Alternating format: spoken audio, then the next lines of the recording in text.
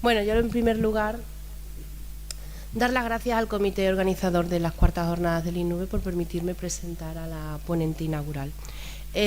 Para mí, y espero que para todos, sea muy gratificante esta ponencia inaugural. Es un honor tener con nosotros en este foro a la doctora Rosa del Campo Moreno. Y conociéndola personalmente, que nos conocemos desde hace unas cuantas horas, creo que la elección ha sido muy acertada, que tiene un carácter conciliador, amable, que le encanta la microbiología y que tiene una visión muy transversal, que es lo que nosotros, o que lo que en un principio pensábamos que necesitábamos. Somos muchos grupos en el INUVE y tenemos que encontrar la convergencia e intentar tener relaciones más de las que tenemos, intentar llevar a cabo proyectos con una multidisciplinaridad que hasta ahora pues la tenemos dentro de los grupos, pero no entre los grupos. Entonces, bueno, deciros que la doctora Rosa del Campo es licenciada y doctora en Medicina y Cirugía por la Universidad de Zaragoza. En la actualidad y desde hace varias décadas, pues realiza su labor asistencial en el Servicio de Microbiología del Hospital Universitario Ramón y Cajal de Madrid. Además, investigadora clínica del Instituto Ramón y Cajal de Investigación Sanitaria, el ICIS. También pertenece al Centro de Investigación Biomédica en Red de Enfermedades Infecciosas, el CiberInfect, y es profesora de la Universidad Alfonso X el Sabio. La doctora Rosa del Campo ha centrado su investigación normalmente en líneas relacionadas con la microbiota intestinal y los probióticos, en el estudio de las resistencias antimicrobianas y en la transferencia de material fecal como tratamiento para ciertas enfermedades, que es lo que últimamente pues tiene enfocada su vida profesional. Y a lo largo de su exitosa carrera profesional, pues son más de 250 artículos publicados, científicos publicados, y ha tenido numerosos proyectos competitivos, tanto nacionales como internacionales, así como otros premios al reconocimiento a su trabajo. Es una persona altamente comprometida, su presencia aquí lo corrobora. Yo estoy muy agradecida de que haya venido presencialmente a estar con nosotros y, bueno, y poder conocerla, porque ha sido todo un placer. Y nada, pues además de eso, de que altamente comprometida, porque participa en numerosas organizaciones científicas y clínicas, como la Sociedad Española de Microbiología, de Quimioterapia, de Enfermedades Infecciosas, bueno, y un sinfín que no vamos a seguir numerando, primero porque ella me ha dicho que corte. Pero bueno, está en todo donde puede estar y puede aportar, eso es su carácter, pues ella está. Entonces, bueno, como ya se podría seguir, pero es imposible resumir en un tiempo prudencial toda su carrera profesional, pues sin más dilación os dejo con la ponencia de la doctora Rosa del Campo, que nos va a hablar de microbiota y salud. Buenos días a todos, yo encantada de la invitación, ha sido un placer venir, conocer a gente muy agradable, la verdad, tuvimos ayer una cena fantástica y al final se trata de eso, de compartir. Yo creo que solos no somos nada. ¿Qué hago mal? Vale. Solos no somos nada, siempre estamos mejor acompañados y eso es la vida del instituto. Yo soy médico, es verdad, pero luego me dedico mucho al instituto de investigación que tenemos, que el nuestro es el IRICIS, el Instituto Ramón y Cajal, y el instituto no tiene una entidad física, o sea, no tenemos un edificio de instituto, sino que lo que tenemos es distribuido por todo el hospital el instituto de investigación. ¿Qué supone eso? Pues que al final lo que nos une son las jornadas de investigación que hacemos. Todos los jueves hay una sesión donde los jóvenes investigadores exponen sus resultados y lo que hacemos ahí es hablar y comunicarnos, y al final el instituto lo hacemos nosotros, o sea, realmente, y vosotros hacéis el vuestro. Quiero decir con eso que realmente lo que tenéis que hacer es hablar, colaborar y hacer cosas juntos y uniros. La propuesta de esta sesión era eso, cómo unir a un instituto. Yo el mío, claro, desde mi punto de vista, el microbioma nos une a todos, ¿no? Al final las bacterias nos vale para todos. Os voy a poner luego algunos ejemplos de cosas que no imaginaríais que hace un microbiólogo con un cardiólogo. Pues hacemos cosas, podemos hacer muchas cosas y siempre todo lo que enfoquemos va a tener sentido, ¿no? Entonces, bueno, lo que os vengo a contar pues es un poco yo empecé con la historia de la resistencia a los antibióticos porque es a lo que nos dedicamos los microbiólogos. Realmente a nosotros lo que nos han enseñado es esos patógenos que nos infectan y que nos tenemos que librar, ¿no? Y toda la microbiología pues está basada en el descubrimiento de los antibióticos. Penicilina se empieza a usar en 1944 con la Segunda Guerra Mundial, se da mucho impulso y realmente eso es lo que produce una bajada tremenda de la mortalidad, ¿no? Entonces a los microbiólogos lo que siempre nos ha interesado es lo que nos mata, lo que nos infecta y lo que tenemos que destruir. Siempre hemos visto una oportunidad de matar microorganismos. Yo creo que nadie jamás ha pensado en las bacterias como, bueno, desde luego cuando yo estudiaba, el poder beneficioso de las bacterias jamás se estudiaba, ¿no? Si acaso lo que descubrió en el premio Nobel a principios del siglo de las bacterias lácticas del yogur, que sí que se le atribuía una mayor longevidad a los búlgaros, pero poca cosa más. Fleming se va de vacaciones, seguro que todos lo conocéis, se va de vacaciones de Semana Santa, vuelve y se encuentra una placa donde tiene, no sé si con esto pues, con lo que pasa que los del otro lado no lo veis, pero bueno, se encuentra un hongo, ese hongo inhibe a los estafilococos, ¿no?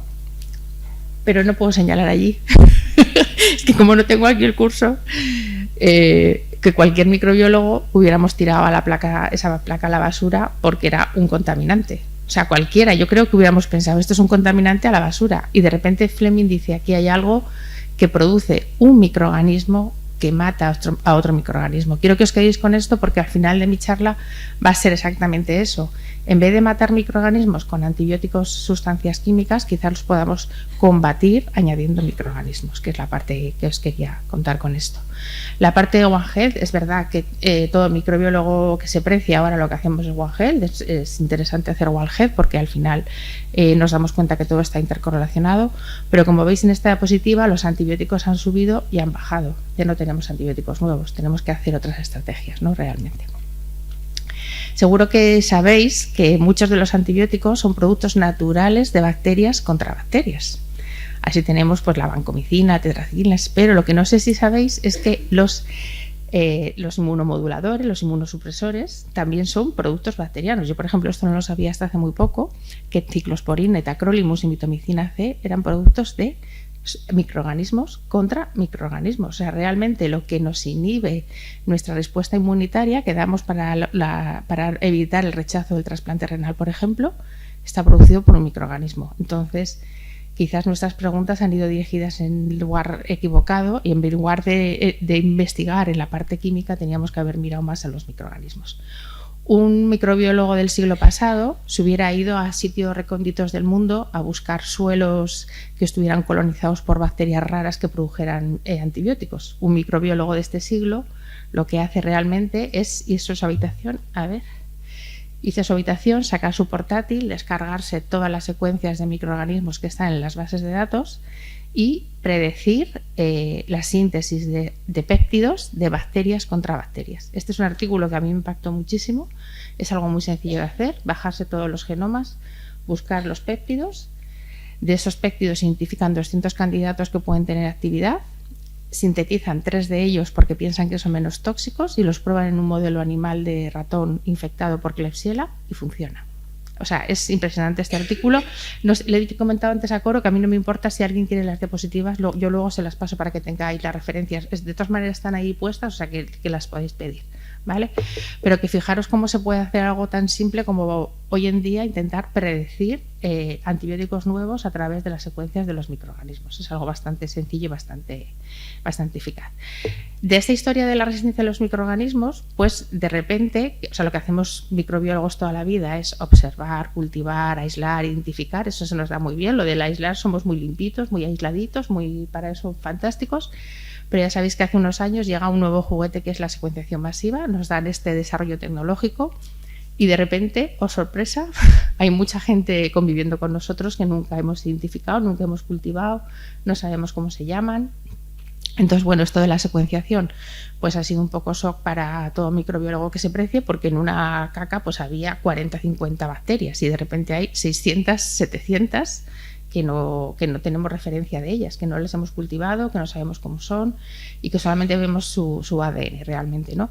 Esto ha supuesto mucho cambio, pero a su vez ha servido para darnos cuenta de que el ecosistema microbiano que contenemos es muy grande, muy diverso y que algo tiene que tener algo tiene que impactar en nuestra salud realmente. Yo cuando estudiaba medicina y después microbiología, lo que había ahí, lo que había en el intestino era lo que se caía con la comida y jamás nadie le daba importancia. Quiero con ello también echar un punto de que ahora toda la microbiota condiciona todo lo que hacemos y creo que también el término medio casi siempre suele ser el acertado, ¿no? Realmente ni no hace nada ni hace todo. Ahora estamos en un punto en el que todo es microbiota, pero realmente tenemos que poner mucha ciencia todavía debajo de eso. Si os fijáis, ahora mismo puedes ir a una farmacia, depositar una muestra de heces y que te hagan la composición. Eso se puede hacer pagando pues entre 300 y 500 euros, te lo hacen. Pero eso no está normalizado. En los hospitales eso no lo hacemos porque todavía no se ha puesto una normalidad de microbiota. Y hoy por hoy no hay nadie en este planeta que me diga lo que es una microbiota normal y una que no es normal. Son 600 variables y es muy difícil poner un criterio de normalidad a eso. De hecho, yo creo que se está abandonando. Os intentaré convencer luego de intentar abandonar la parte de composición porque cada uno tenemos lo que tenemos y punto pelota. Y al final una muestra de heces es una fotografía de un instante y realmente lo que necesitamos es una película en el tiempo, que eso es algo que tenemos que dibujar.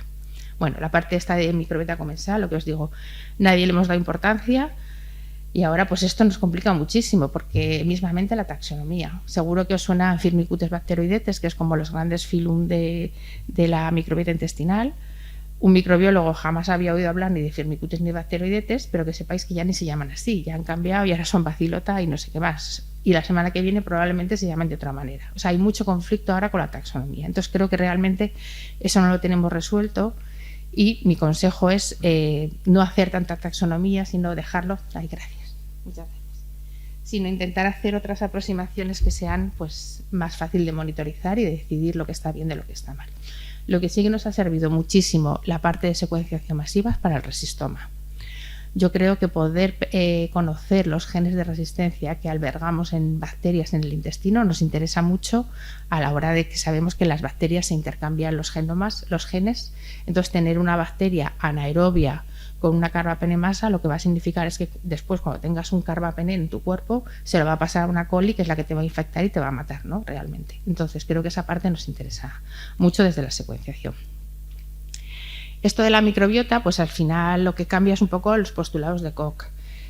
Los postulados de Koch están basados en la infección y nos han servido toda la vida. La parte de microbiota es otra cosa, es colonización, digamos, hasta incluso saludable, ¿no? Nos interesa esa parte de la colonización saludable. No sé si todos vosotros, igual los más jóvenes, no conocéis la historia de los dos ratoncitos. Esto es el año 2008.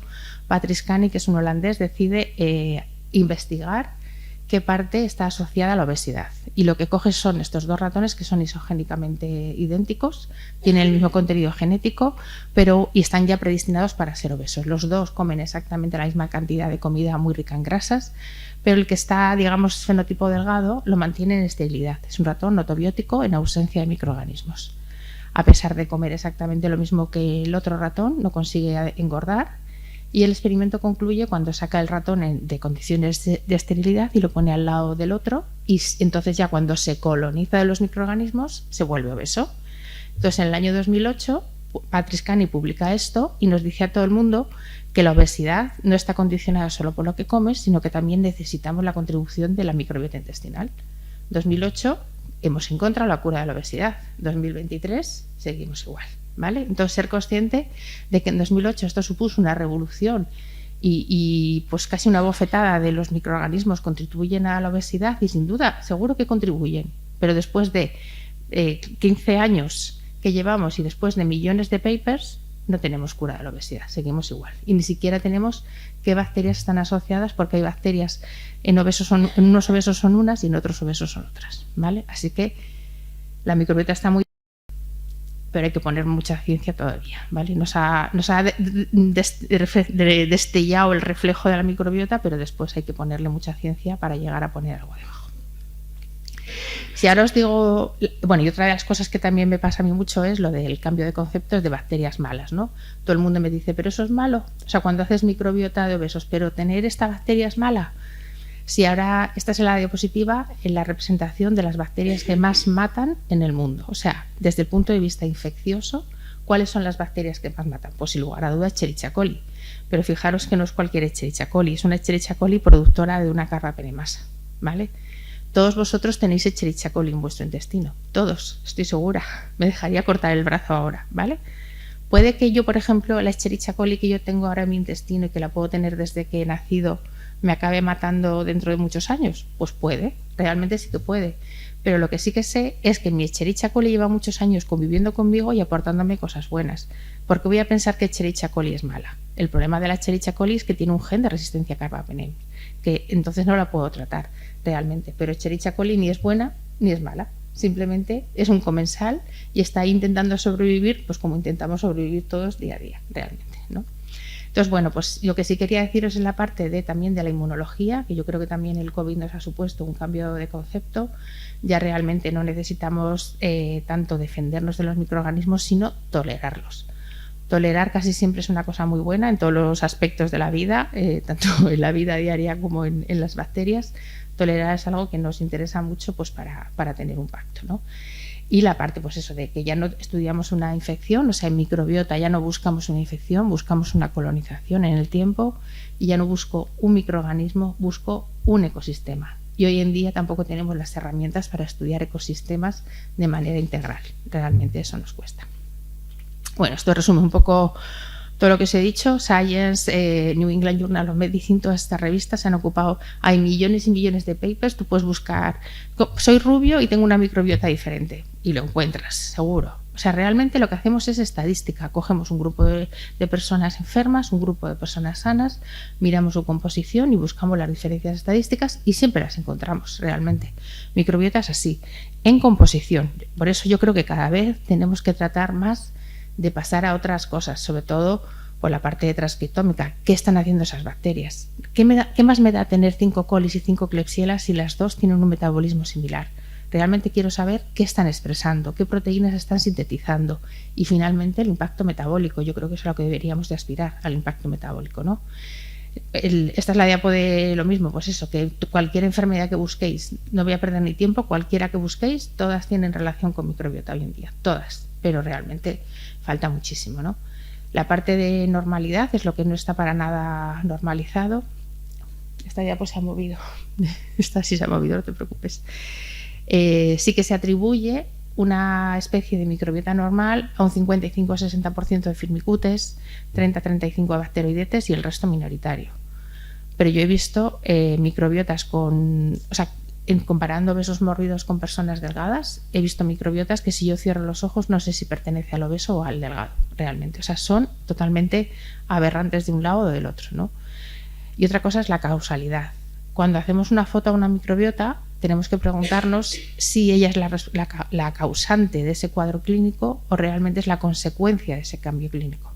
Cuando busco en el cáncer de colon bacterias que estén en el intestino, que estén causando ese cáncer, el cáncer se ha originado hace 10 años. Lo que estoy viendo ahora es lo que queda ahí en ese ambiente inflamatorio que no tiene nada que ver como cuando se originó el cáncer. Entonces, pensar que esas bacterias que son diferentes de los sanos son los causantes del cáncer no tiene ningún sentido, ¿vale? Cada vez tenemos que poner todo eso mucho más en contexto.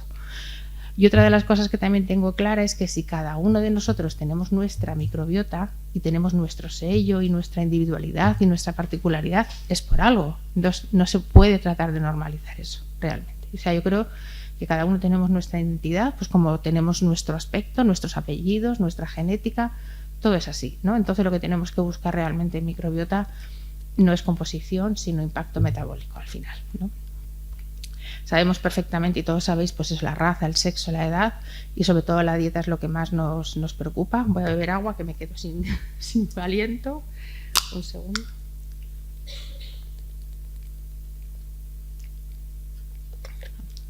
Y es cierto, incluso también lo decíamos anoche en la cena, hay muchas enfermedades ahora que no están justificadas por lo que sabemos de medicina. O sea, ¿por qué un aumento tanto de enfermedades autoinmunes, de enfermedades relacionadas, pues está claro, las enfermedades inflamatorias intestinales? Hay una exageración, hay un montón de cosas que tenemos muchas preguntas y muchas sospechas de que ese ecosistema microbiano está relacionado, ¿no? Yo personalmente Tengo muchas teorías, o sea, sí que realmente, pues eso, nos lavamos más, nos esterilizamos más, tenemos menos contacto, todas esas teorías de las higienes y demás están muy bien, pero yo creo que también debemos de pensar un poco en el estilo de vida que tenemos ahora. Hoy realmente este artículo lo que busca es el efecto de los aditivos alimentarios contra los microorganismos. Todos los aditivos alimentarios son seguros para el ser humano. ¿Qué significa eso? Que se ha testado su potencial efecto patógeno en las células humanas, pero nadie ha pensado en microbiota. Yo os lo voy a resumir muy clara con esa imagen que veis del pan de molde. El pan de molde hace muchos años lo comprabas y a los 3 días lo tenías que tirar porque estaba lleno de hongos. El pan de molde ahora lo puedes dejar 57 años a temperatura ambiente que jamás va a tener un hongo. Contiene, al igual que muchos otros alimentos procesados, contiene unos aditivos que son necesarios para alargar la vida útil de los alimentos y que todos podamos tener pan de molde en nuestra casa, ¿vale? Yo no me levanto y tengo la vaca en el salón para tener leche fresca. Yo voy a la nevera, abro un Tetrabric, como abrimos todos, porque la vida moderna de ahora es lo que tenemos.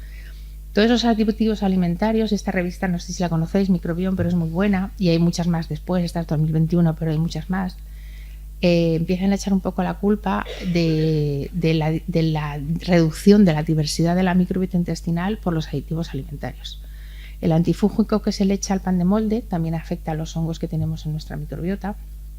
Y bueno, esto ya yo creo que todo el mundo lo tiene incorporado, porque al final esos son detergentes que son emulsificantes, o sea, lo que hacen es para que sean las cosas más esponjosas y más agradables de textura, son unos detergentes que a nosotros como humanos no nos hacen nada, pero a las bacterias las destrozan, eliminan toda la capa de lipopolisacárido de alrededor. Entonces, bueno, pues no es nada fácil.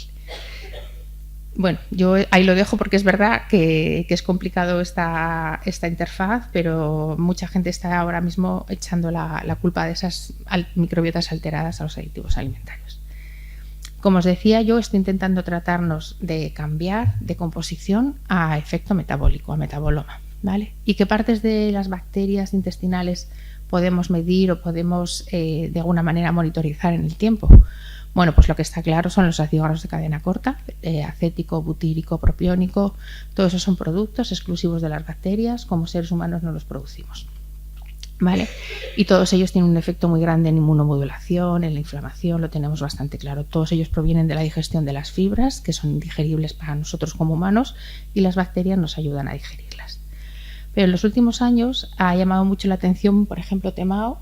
Temao es un producto bacteriano en la carne roja lleva colina y las bacterias la transforman en TMA y nuestro hígado en TMAO.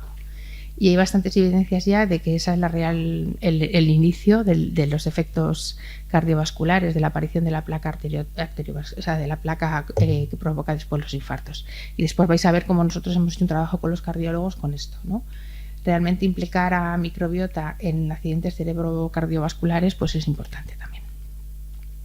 La parte del triptófano, de los derivados del indol, la parte inmunitaria. Hay una cosa muy importante que yo creo que la microbiota contribuye mucho y que estamos tratando de defender, el hígado graso no alcohólico. Hay mucha gente que no toma jamás alcohol, pero sus lesiones hepáticas son exactamente igual que si lo tomaran, y nadie se ha planteado que las bacterias intestinales producen alcohol. Por supuesto que lo producen, es que el alcohol está producido por bacterias, o sea, al final el vino, el champán, todo, la cerveza, son microorganismos. Entonces las bacterias intestinales tienen capacidad de producir alcohol a bajas dosis, que al final tiene un efecto hepático y que cada vez se está estudiando más, ¿no? Finalmente, deciros la parte de autismo, que también estamos muy interesados en cómo los metabolitos microbianos podrían tener una contribución al autismo, y yo creo que cada vez está más claro que esto, o sea, en la parte del eje intestino-cerebro está muy claro, pero todos son, o sea, hay millones de artículos, pero como os digo, lo que hay que hacer es ya poner los mecanismos moleculares que hacen esas cosas realmente, no más que ciencia. Todo esto que es muy simple en esta diapositiva y que está muy clarito, muy limpito, pues al final acaba en esto. Las bacterias producen unas cosas que nosotros como humanos metabolizamos, y daros cuenta que tenemos 12 metros de intestino. Estudiar el metaboloma en una caca no tiene ningún sentido, porque al final eso es lo mismo, es un resumen de 12 metros, y lo que tenemos que ir a un efecto más sistémico y pasarnos a suero. Realmente nosotros nos estamos pasando a medir ácido graso, TMAO, todo en suero, ¿vale? Para ver un efecto sistémico en vez de local. Os voy a poner aquí los ejemplos de cosas que hacemos nosotros con gente de nuestro instituto, que nosotros no tenemos una barrera diferenciada entre instituto y hospital, al final creo que todo es lo mismo y seguro que a vosotros pasará algo parecido. Y esto es lo mismo, esto es una reumatóloga que se pone a buscar gente que tenga síndrome antifosfolípido, gente que tiene un infarto, gente joven, menos de 55 años, sin ningún factor de riesgo y que tiene un infarto. Y buscan si tienen síndrome antifosfolípido. Los resultados son negativos, no encuentra nada y te llama y te dice, oye, ¿y ahora qué hago? ¿Puedo hacer algo desde la microbiología? Y le digo, sí, vamos a hablar con los cardiólogos. Y medimos TMAU, tírico, propiónico y efectivamente encontramos diferencias significativas en suero, ¿vale? Esto es algo que no se había publicado, lo acabamos de publicar en el ION y yo creo que como todo, lo que tenemos que hacer ahora es demostrar la implicación de esto en el infarto y buscar cómo prevenirlo y monitorizarlo, ¿vale? O sea, esto solamente es el reporte de que hemos encontrado que cuando tienen el infarto tienen muchísimo TMAU y muchísimo acético y butírico y propiónico. Pero estos sujetos los hemos seguido 3 meses después del infarto y hemos visto que normalizan, ¿vale? O sea que lo que tenemos que hacer ahora es validar esas sospechas en una nueva cohorte y demostrar que se puede hacer algo desde la medicina de prevención, realmente. Este es con unos dentistas. Niños que acuden a la consulta para un problema de ortodoncia, que les van a poner los brackets y que son gemelos univitelinos, o sea, son monocigóticos. Uno tiene caries de los gemelos y el otro no, ¿vale? Y los comparamos para intentar predecir qué bacteria está, o sea, son caries incipientes, ni siquiera ha llegado todavía la lesión. Tratamos de predecir qué bacteria está implicada en la lesión incipiente, ¿vale?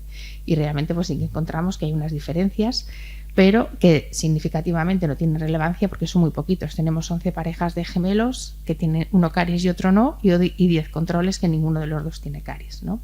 Pero bueno, yo creo que ese trabajo por lo mismo también acabará teniendo impacto. Estos son con los neumólogos y con los neumólogos de Zaragoza, del Hospital Clínico de Zaragoza y del Hospital Miguel Servet. Y lo que vemos aquí pues es cómo la gente que tiene cáncer de pulmón, su microbioma pulmonar se parece mucho más a la saliva que lo que realmente hubiéramos predicho, ¿no? Entonces, al final, por las noches, todas las noches, lo que tenemos son microaspiraciones desde saliva. Tú, una vez que estás acostado, lo que haces es deglutir toda esa microbiota oral y nuestra propuesta era buscar en microbiota oral predictores de respuesta de tratamiento de los oncológicos, y lo que sí encontramos es Streptococcus. La gente que tiene cáncer lo que tiene es muchísimo Streptococcus. Nuestra propuesta es cuantificar la cantidad de Streptococcus en sangre y cuando llegamos a unos niveles que podemos establecer de corte, intentar predecir si tienes un cáncer antes de que tengas incluso lesión radiológica, ¿no? Todas estas propuestas pues yo creo que siempre es un poco pues lo que deberíamos de hacer desde el futuro. Y esto al final es con lo que os he comentado de los obesos mórbidos y la cirugía bariátrica. Pues nuestro hospital lo mismo. Tenemos una unidad buenísima de cirugía bariátrica y los cirujanos pues están siempre dispuestos a colaborar y a hacer cosas interesantes. Y aquí lo que mirábamos era la microbiota antes y después de la cirugía y veíamos que los dos tipos de cirugía que se hace, tanto el sleeve, que es como hacer recortar un trozo de estómago, como el bypass, que es conectar para que no tengan absorción en intestino delgado, pues que eso tiene una repercusión tremenda en microbiota, ¿no? Realmente, y que puede tener consecuencias en la recuperación de los pacientes y en la pérdida de peso. Así que, y esta es con los de fibrosis quística, que lo mismo, nuestro hospital es un centro de referencia de fibrosis quística, y además creo que vienen de Extremadura bastantes personas al Ramón y Cajal a Madrid porque somos referencia de algo importante. Entonces, pues lo mismo, niños que nacen y que tienen un diagnóstico a los 2 meses de nacer con fibrosis quística, monitorizar su microbiota para ver cómo se va implantando, ¿no? Entonces aquí utilizamos la comparación con proteómica y lo que veíamos que nos interesaba mucho era cómo esas bacterias provocaban una respuesta en el hospedador. O sea, cada vez que aparecía una bacteria nueva, aparecía una respuesta inflamatoria o se inhibía esa respuesta inflamatoria.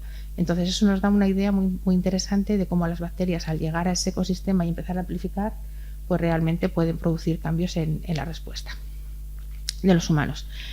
Finalmente, para acabar, o sea, yo al final soy médico y al final lo que quiero es solucionar algo, ¿vale? O sea, todavía, como os digo, no tenemos un diagnóstico de que tú tengas una microbiota ni buena ni mala. O sea, hoy mismo no puedo decirle a nadie tienes una microbiota que haya que arreglar, ¿vale? simplemente con la composición, que es lo que hace la mayoría de la gente. Y lo digo esto porque hay muchas clínicas que se dedican a hacer un análisis de microbiota y te hacen una recomendación dietética basada en ese análisis. No hay nadie de verdad que tenga ciencia debajo de eso, ¿vale? Quiero dejarlo claro porque es verdad que se está gastando mucha gente mucho dinero en ello y no hay, como os digo, ni criterios de normalidad ni ciencia que soporte que no puedas comer ajo o puerro, que es lo que hacen, quitar todos los elementos fermentables de la dieta y reducir muchísimo la variedad de nutrientes. En mi opinión es justo lo contrario. Cuanto más reduces el tipo de alimentación, lo que consigues es que tus bacterias sean menos diversas. O sea, si tú acotas a tus bacterias, les das a comer todos los días la misma sustancia, lo que consigues es las que degradan esos alimentos y el resto de la diversidad desaparece, ¿vale? Entonces, cuanto más rica la microbiota, la dieta, mucho más rica la microbiota, eso está claro, ¿no? Pero es cierto que, bueno, que al final tenemos que mirar si podemos modificarla, porque es lo que deberíamos hacer. Una vez que asignemos el tipo de enfermedad que tienes a tu microbiota, deberíamos de poder modificarla. Y, pues como bien decía antes Coro, pues yo me dedico mucho a la parte de microbiota fecal. ¿Por qué surge esto? Pues surge en 2015, cuando, bien supongo que sabéis, aparece un artículo de unos holandeses en los que dicen que hacer trasplante fecal para la infección de Clostridium difficile funciona mucho mejor que los antibióticos. Realmente los antibióticos curaban a un 30% y la transferencia de microbiota fecal un 90%. Entonces, esto se publica en un New England y al final lo que consiguen es que las guías, tanto americanas como europeas, de gastroenterología recojan que al tercer recidiva de Clostridium difficile tenemos que hacer transferencia fecal. Yo me encuentro con un digestivo y con enfermedades infecciosas y decidimos implantar el trasplante fecal en nuestro hospital porque están las guías, simplemente. Por supuesto, nadie me enseña a hacerlo, no había recomendaciones, porque lo que hacían los holandeses es una sonda nasogástrica que enseguida se dejó de utilizar porque al quitarla producían aspiraciones pulmonares, ¿no? Entonces nosotros empezamos con colonoscopia. Nosotros teníamos pacientes, buscábamos los donantes entre los familiares de los propios pacientes, recogíamos esas heces, las filtrábamos para eliminar los restos sólidos y las introducíamos con colonoscopia en ciego y funcionaba fenomenal. La verdad es que es espectacular. Persona que tiene Clostridium difficile y tiene varias recaídas, haces esto y es como magia, vuelven a la vida. Vale. Claro, lo de la colonoscopia era un problema, pues porque los colonoscopistas generalmente están hasta arriba y realmente programar algo extra les complicaba mucho la vida. Entonces, en el año 2018 decidimos pasar a liofilizar. O sea, cogemos las heces, hacemos una solución con un disolvente, que puede ser agua. Nosotros generalmente usamos leche semidesnatada porque para liofilizar necesitamos un criopreservante y la leche tiene una cantidad de grasa que recogen esas bacterias. Entonces lo disolvemos, lo congelamos, lo liofilizamos y acaba en un polvo muy fino que al día siguiente encapsulamos en unas cápsulas que no huelen, no saben. Eso es una cápsula, no tiene ningún misterio. Las cápsulas son gastroresistentes, se abren en intestino delgado al final y liberan contenido. Y es como magia. Esta diapositiva probablemente tenga 10 años. Indicaciones de la transferencia de microbiota fecal, pues seguimos igual. Solamente está aprobada para la infección recurrente de Clostridium difficile, ¿vale? Ni más, no hay más. ¿Hay muchas evidencias de enfermedad inflamatoria intestinal? Pues por supuesto, en colitis ulcerosa sobre todo es donde más hay. Pero también no ha llegado a una realidad, o sea, no se hace asistencialmente, ¿vale? Nuevas indicaciones, todas las que queráis. Si toda la enfermedad está asociada a la microbiota, poder cambiarla significa cualquier cosa. Veis aquí, autismo, sepsis, erradicación de multiresistentes. Todo esto se sigue haciendo desde una perspectiva de investigación. No ha llegado a tener la categoría de evidencia científica para ser asistencial, ¿vale? Yo os cuento ahora mi experiencia en ello, mis estudios. Pros y contras, pues es algo que es relativamente barato, ¿vale? La única complicación es encontrar donantes, como imaginaréis. Encontrar donantes no es nada fácil. Validar un donante de heces es como el 2% de la población, muy difícil. Si tienes el colesterol alto no vales, estás eliminado. Cualquier cosa, estás eliminado, ¿vale? Entonces, mantener a los donantes de heces es complicado. Es efectivo. O sea, en el caso de Clostridium es incluso magia la palabra. Sobre todo es seguro, ¿vale? Yo creo que más de 200 ya, ni una complicación. Ni una complicación. A nosotros microbiólogos toda la vida matando microorganismos, lavándonos, esterilizándonos, de repente piensas, voy a dar todos los microorganismos de una caca a una persona y no le va a pasar nada. O sea, imaginaros el primer día que hacemos un trasplante fecal. Yo lo primero que pienso es: se muere, esta mujer se infecta y se muere. Es una señora que estuve con ella la semana pasada, que está estupenda, desde 2015 que se lo hicimos. Entonces, ¿qué pasa? Pues que para mí, microbiólogo, eso casi es lo contrario de lo que tengo en mi ADN, ¿no? Toda la vida limpiando, matando, esterilizando, y de repente, pues mirad en lo que me he convertido ahora. Realmente me paso la vida pues poniendo microorganismos, y vais a ver que eso también tiene mucho sentido ecológico al final. El problema son la estandarización. Cada hospital lo hace de su manera. No sé si aquí habéis tenido alguna ocasión de hacer trasplante fecal por colonoscopia. No he oído, o sea, la verdad es que más o menos la gente que lo hacemos estamos en contacto, pero es verdad que Extremadura no he oído nunca. No sé si hay alguien. ¿Sí o no? No. Efectos a largo plazo.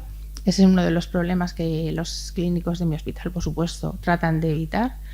En el momento que somos capaces de entender que nuestros microorganismos codifican nuestra salud y enfermedad, ¿quién eliges de donante para que dentro de 5 años no tenga una enfermedad de Crohn? Que ahora está sano, pero en 5 años, imagínate que mi donante de heces tiene una enfermedad de Crohn. Te he pegado la enfermedad de Crohn, te he pegado un cáncer de colon, ¿vale? O sea, siempre es un poco tricky. Hay nuevas alternativas para Clostridium que están basadas en esporas de Firmicutes, o sea, son esporas de 5 especies diferentes, y yo creo que muchas de las alternativas van a ir por ahí. El trasplante de CES 2.0 van a ser especies controladas, y seguro que lo vamos a ver dentro de muy poco. Y la investigación, por supuesto, vais a ver en este cuadro, hay 452 estudios registrados en el Clinical Trials, todo es trasplante fecal y una enfermedad. Y hay todo lo que queráis, realmente podéis mirarlo luego. Y os voy a contar mis investigaciones. No sé cómo voy de tiempo. ¿Me quedan 10 minutos? Es que hablo mucho. Bueno, os voy a contar lo que hacemos dentro del hospital, Instituto de Investigación, porque al final esto es todo junto. La parte de recurrencia de clostridioides difícil la hacemos con Javier Cobo, con el Servicio de Enfermedades Infecciosas. Eso es asistencial y eso ya está súper controlado. Realmente tenemos siempre las cápsulas almacenadas, y cuando ocurre algo, pues baja infecciosas, nos pide las cápsulas y se las damos, y todo controlado. Cuando estábamos con el Clostridium, la primera persona a la que le hicimos el trasplante y otra señora que también fueron de las primeras, pues a los 2 años o así de haberlo hecho, nos comentaron que realmente las diarreas habían desaparecido. O sea, lo que era la infección por Clostridium difficile había sido espectacular. Pero lo que estaban muy agradecidas, las dos además, era de que les habíamos curado la infección urinaria. Porque llevaban pues 40 años con 2, 3, 4 infecciones urinarias todos los años, algunas de ellas que requerían incluso ingreso, con una calidad de vida muy mala, porque algunas de ellas no se querían ir de vacaciones porque sabía que les iba a dar la infección de orina y se iban a poner malísimas. Unas cosas que nos contaban, y además nos lo contaban las dos, y fue como muy llamativo. Entonces pensamos si el verdadero reservorio de los uropatógenos era el recto, el colon, donde se quedaban esos microorganismos, y tú les dabas antibióticos para curar la infección de orina, que se concentraban en orina, y realmente pues así ha sido. Os voy a contar luego que hicimos un ensayo clínico, un ICI, un ensayo de clínica independiente financiado por el FIS, y realmente hoy en día al 60% de estas mujeres les estamos curando con un trasplante fecal, cambiándole su entorno en el intestino para erradicar los uropatógenos. Esta es todavía peor. Si os imagináis dar un trasplante fecal a una persona que está más o menos bien, imaginaros hacerlo a una persona que está en la UCI, intubada y sedada.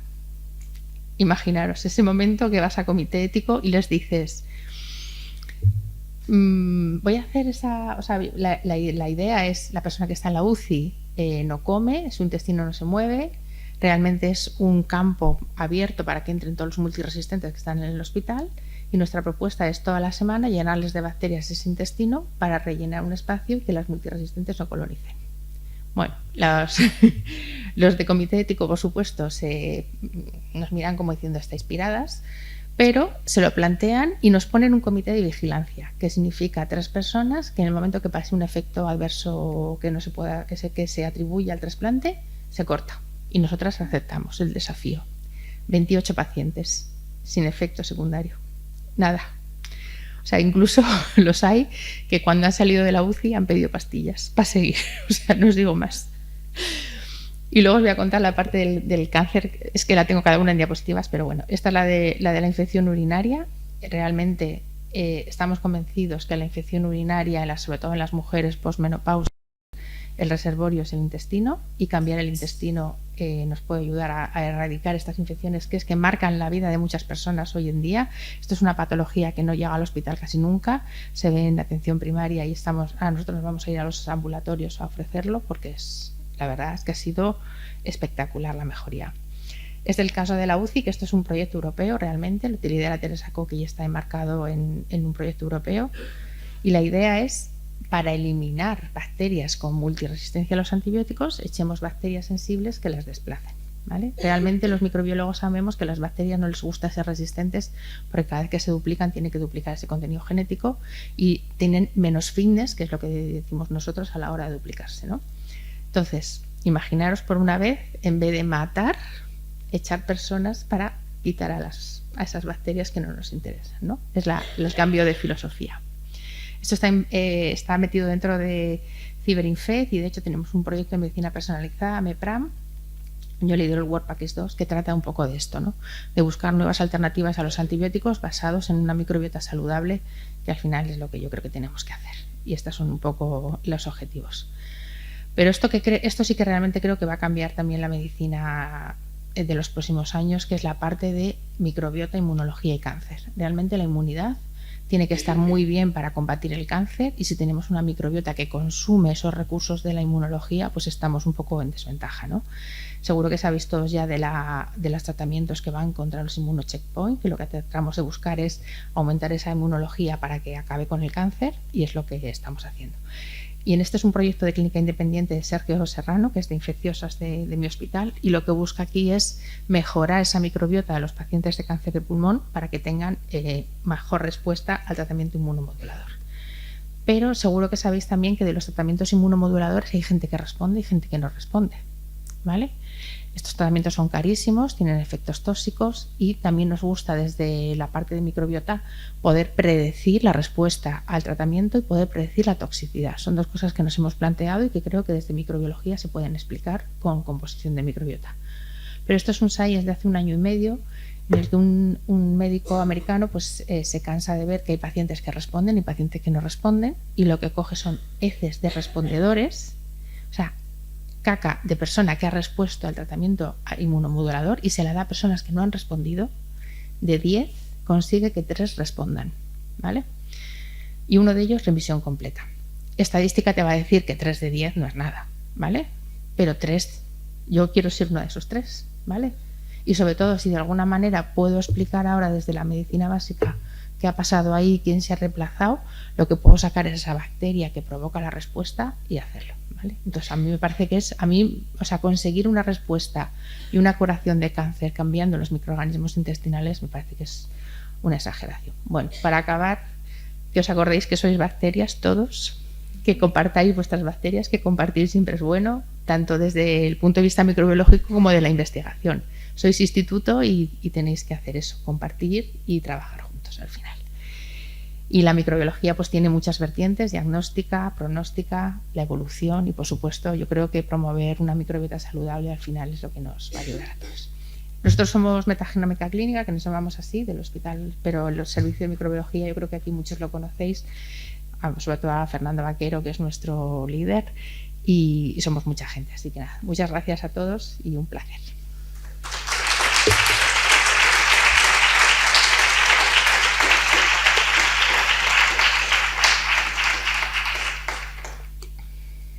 Y si tenéis preguntas, yo encantada, ¿eh? Eso. Tenemos tiempo en principio. Tenemos tiempo hasta el coffee break, que en principio estaba puesto para las 11, creo, pero bueno, tampoco hace falta. Si vamos con tiempo, pues mejor. Si tenéis alguna pregunta para Rosa, alguna curiosidad. Ahora. ¿Nadie quiere preguntar nada? Marisa.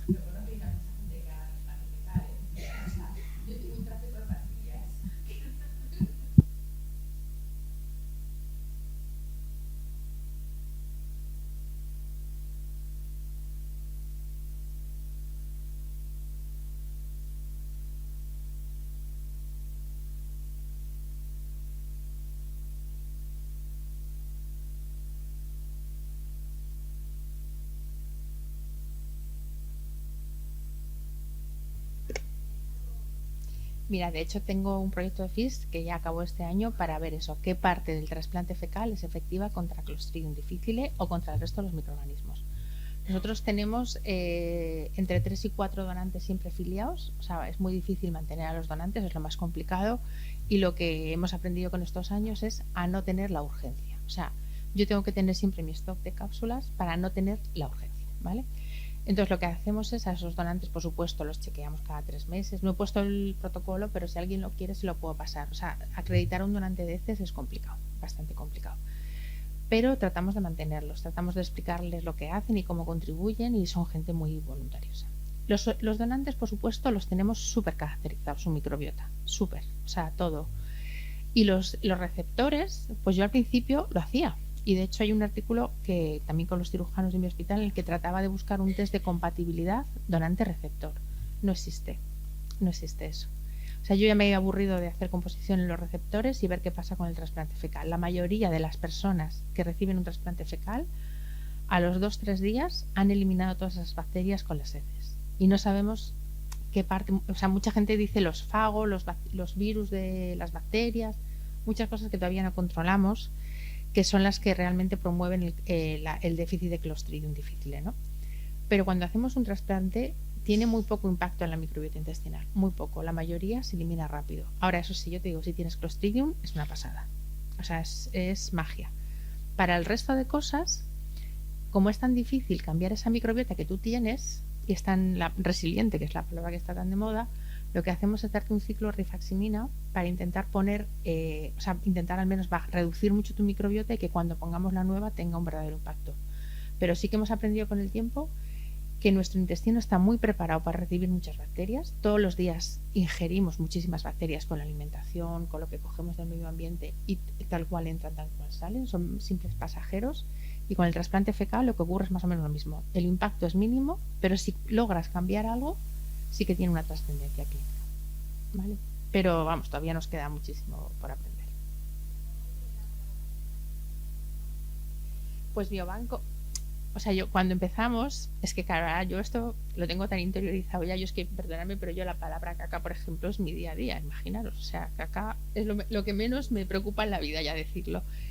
Pero cuando empezamos, pues Biobanco no quería heces. Ahora ya nos quiere un poco más y nos aguanta más. Farmacia no quería encapsular. O sea, yo tuve un verdadero problema con la encapsulación, porque Farmacia no quería encapsular, solo tenían una encapsuladora que o sea, tenían una o dos, pero que no... Claro, y luego ellos se pensaban, ¿meter caca? ¿Pero cómo vas a meter caca aquí? Bueno, pues lo solucionamos de una manera muy pragmática. En Amazon hay encapsuladoras por 25 euros. O sea, todo al final lo tuvimos que hacer como pudimos. Entonces, pues no ha sido fácil, pero Farmacia, por ejemplo, la que está pendiente ahora es de su sala blanca. O sea, no lo he dicho, pero la caca hoy es medicamento, ¿vale? La Agencia Española del Medicamento le ha puesto un sello y es medicamento. Realmente hay que fabricarlo con condiciones de calidad y de trazabilidad y todo eso. Eso nos complica mucho la vida y de hecho deberíamos tener una sala blanca para nuestra caca. Pero claro, imagínate contarle esto a un gerente del hospital PETA, ¿sabes? Bueno, por supuesto, también el hospital no ha tenido mucho apoyo. Es verdad que esto lo hacíamos desde la parte de investigación. El hospital no ha puesto ni un duro. Todo esto se ha hecho gracias a la investigación. Se ha comprado el liofilizador, se ha comprado todo, se mantienen los donantes. O sea, al final hay que sobrevivir como se pueda, pero ayuda no te da casi nadie, eso sí. Nada, un placer. Dime.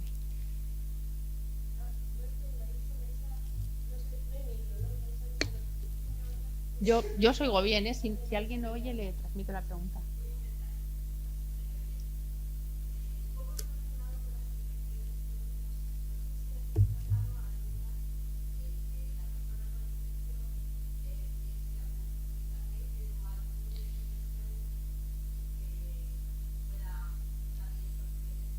Criterio de exclusión, por la parte de que esos catéteres lo que hacían es un biofilm que era imposible de erradicar. O sea, lo que queremos es tratar cuando no están en infección, o sea, cuando no están con proceso agudo, cuando están, o sea, generalmente después de un ciclo de antibióticos que se quedan, pues entre 1 y 2 meses se quedan sin síntomas, ahí es cuando intervenimos.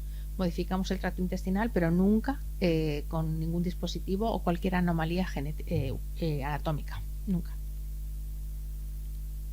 Pero bueno, todo será en el futuro, ¿eh?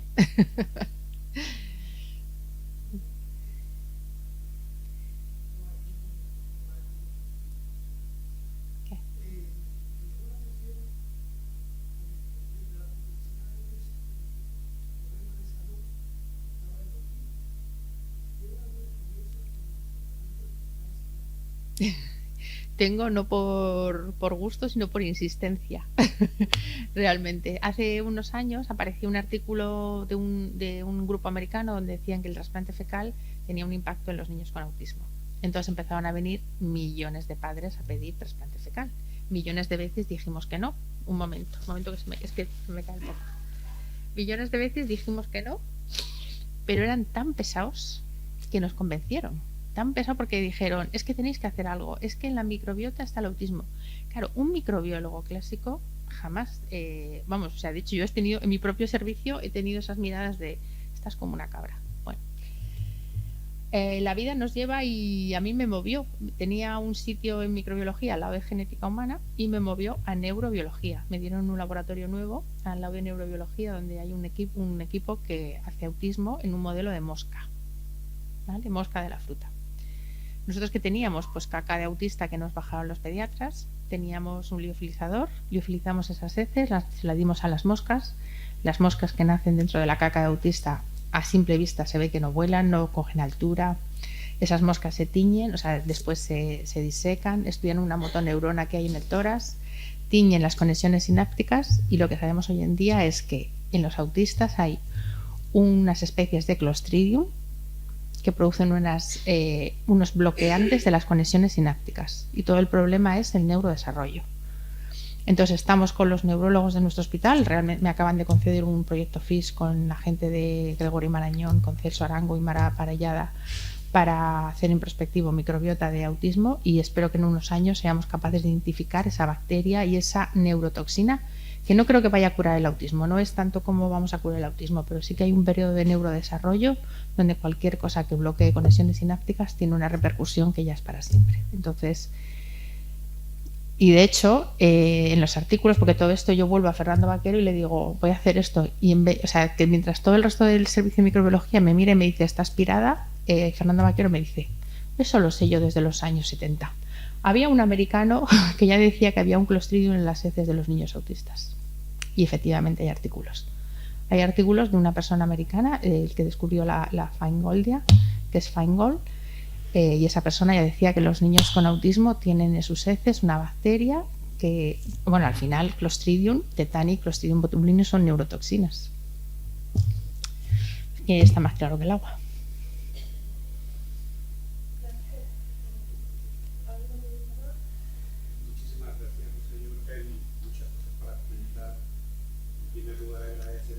Que te has adaptado a la motivación, que era Eso es lo que debía hacer.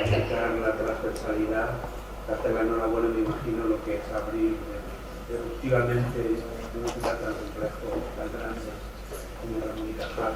Yo empatizo contigo completamente, te felicito por la insistencia de haber conseguido superar. Y un claro ejemplo de cómo la investigación puede dinamizar. Porque tradicionalmente la investigación relacional, pero yo creo que es un ejemplo vivo de cómo la coexistencia de la investigación en el ámbito hospitalario, al final, dentro incluso de un periodo corto de tiempo, puede cambiar la existencia de esta paciente. Eso es.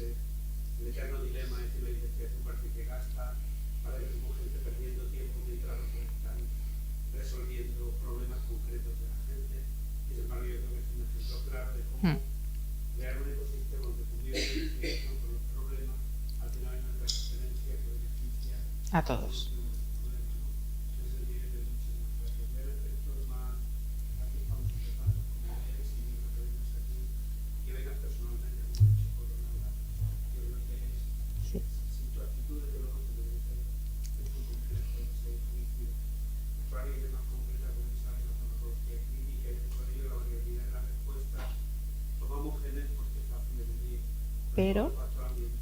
Pero hay microbiota que degradan fármacos.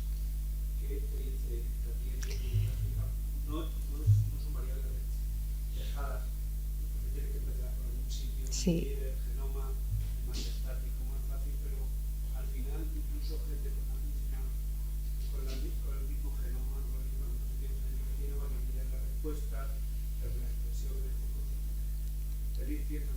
Sí, con gencitazibina, que es un antitumoral, hay bacterias que lo degradan. Entonces sí que se ha demostrado que a pesar de que te ponen un tratamiento oncológico, las bacterias intestinales inactivan el fármaco y es como si no te lo dieran. Con VIH también había unas soluciones que se ponían intravaginales y se buscaba, no recuerdo bien, seguro que te acordarás, es una población de África donde pensaban que las mujeres les daban los óvulos con el anti-VIH y no se los ponían por sus creencias religiosas y al final demostraron que es que sus vaginas tenían unas bacterias que inactivaban el fármaco realmente. Entonces hay mucha experiencia, o sea, para mí la más impactante es la parte del tratamiento inmunomodulador, o sea, que una persona responda o no responda en función de sus microorganismos. Me parece que eso tenemos que estudiarlo, o sea, tenemos que dar una respuesta a eso. Y al final, o sea, y lo digo de verdad porque es mi día a día, ¿eh? El instituto, la investigación, el hospital, la asistencia, es todo lo mismo. Y al final lo que tenéis que hacer es buscar las preguntas en la gente que hace la asistencia y por debajo tenemos que estar los investigadores para dar una respuesta. Y es verdad que los investigadores nos gusta investigar en lo que nosotros consideramos que tenemos que investigar. Pero, por ejemplo, lo del autismo es el reflejo de cuando viene la sociedad a pedirte que hagas algo. Entonces yo creo que hoy en día como investigadores tenemos que estar en eso. Uno de los mayores, o sea, para mí oncología es el campo ahora, sin lugar a duda, Adrián. O sea, oncología es donde tenemos que ir a buscar lo que podemos aportar, porque está consumiendo mucho recurso económico. Y si, o sea, si cambiando microorganismos conseguimos eso, pues no, es que no tengo más que decir.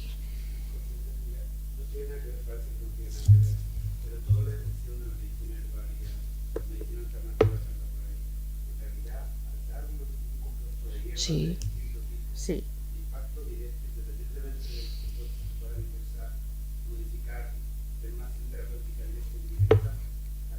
Sí. Sí, sí, eso sin lugar a dudas, ¿eh? El ajo es muy antibacteriano, hay muchas aceites esenciales, muchísimos alimentos naturales que contienen muchos probióticos, o sea, sin lugar a duda, o sea, eso estoy totalmente de acuerdo. Pero al final yo creo que nosotros como médicos vemos un paciente con cáncer, tratamos de dar un quimioterápico, tratamos de dar un tratamiento inmunomodulador, y nunca le preguntamos ni qué come, ni si tiene bien su intestino, ¿sabes? Es verdad que tú le ves su cáncer de pulmón, pero ¿y por qué a veces no pensamos, oye, ¿estás bien alimentado? Porque si no estás bien nutrido no vas a tener buena inmunidad para ese cáncer, a pesar del tratamiento inmunomodulador. Oye, ¿tienes diarreas? ¿Tienes molestias intestinales? Entonces eso nunca se lo preguntamos a nadie nosotros porque no nos ha interesado. No está recogido, nunca. Sí, yo creo que eso tenemos que cambiar. A mí, bueno, yo, último mensaje, yo me voy a quedar un rato, si alguien quiere las diapositivas o algo, creo que estaba en mi correo, pero que igualmente que se las doy.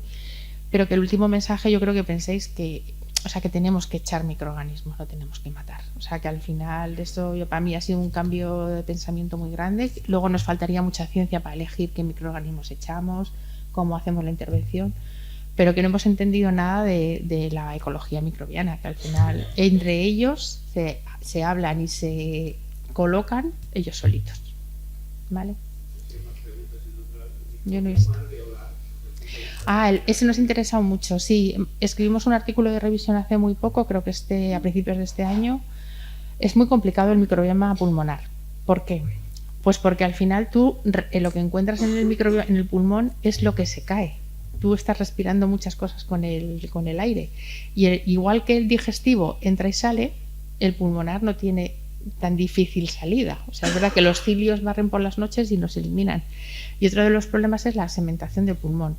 Tú puedes encontrar, o sea, cada lóbulo del pulmón es completamente diferente a la ecología. Entonces ahí la verdadera complicación es decidir lo que es microbiota, o sea, lo que tiene una interacción con el hospedador, y lo que se ha caído porque lo ha respirado. Eso no lo tenemos nada claro cómo medirlo, ¿sabes? Entonces la pulmonar es muy difícil acceder a las muestras, muy difícil decidir si eso está ahí activo y muy difícil de alguna manera modificarlo. Yo creo que no vamos a tener posibilidad de modificar microbiota pulmonar. Muchísimo.